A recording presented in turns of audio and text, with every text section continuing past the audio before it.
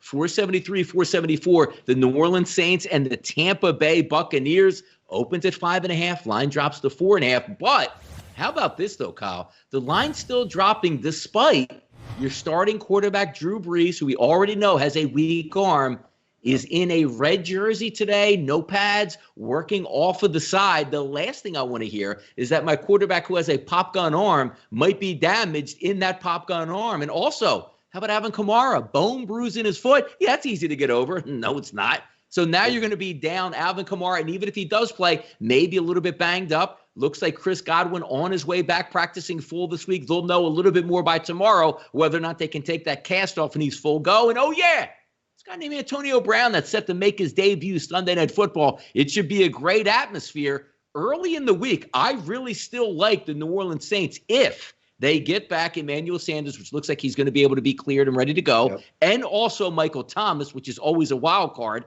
If Alvin Kamara, Drew Brees, and the two wide receivers are healthy, Thomas and Emmanuel Sanders, I still like the Saints to hang around and win this football game, to give the Tampa Bay Buccaneers all they can handle. But if I'm not getting Michael Thomas back and I'm getting a banged-up quarterback and running back, I'm going to be out on this game. But right now, I still like the Saints.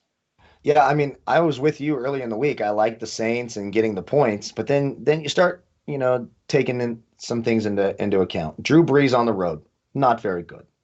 Drew Brees out, not very good compared to what he is at home.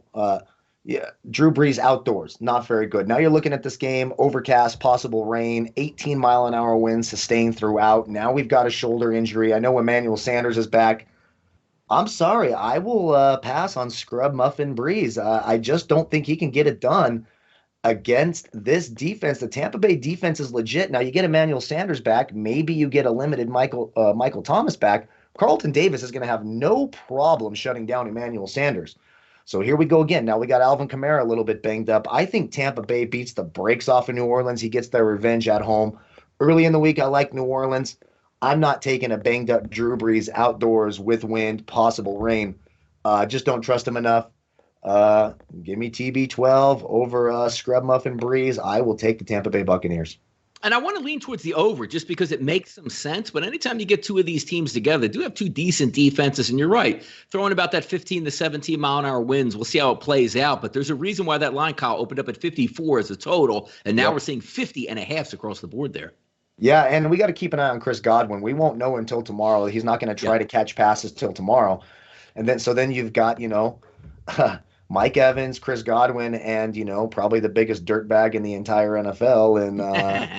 And, maybe Adrian Peterson. I mean, he likes to whip his child with a switch and, 85 times. There's some players I really don't like. LaShawn McCoy, Antonio Brown, and Adrian Peterson would probably be the top three there. Tyreek Hill's a close fourth, and Ben Roethlisberger, of course. You got to throw him in the top five of Mount Rushmore of dirtbags in the NFL, just for entertainment for some of you fans. But this opportunity couldn't happen to a worse person than Antonio Brown. But Tampa Bay is going to be loaded. Tom Brady knows how to throw to Antonio Brown. Apparently, he looks great. So even if Godwin isn't necessarily ready to catch footballs, which it looks like he's going to be, that offense is going to be loaded and ready to go. And then you're just injured across the board for New Orleans. So 4.5 makes a lot of sense. I like Tampa Bay. Yeah, practice report coming back today for both teams. It'll be interesting. And tomorrow, again, on Friday, usually you'll get a full aspect if they're in or they're out or what the prognosis is going to be for Sunday. But I'm looking forward to that. And certainly we'll update all that and more on Sunday on our pregame show, 12 p.m. Eastern time, right here on sportsbook.com.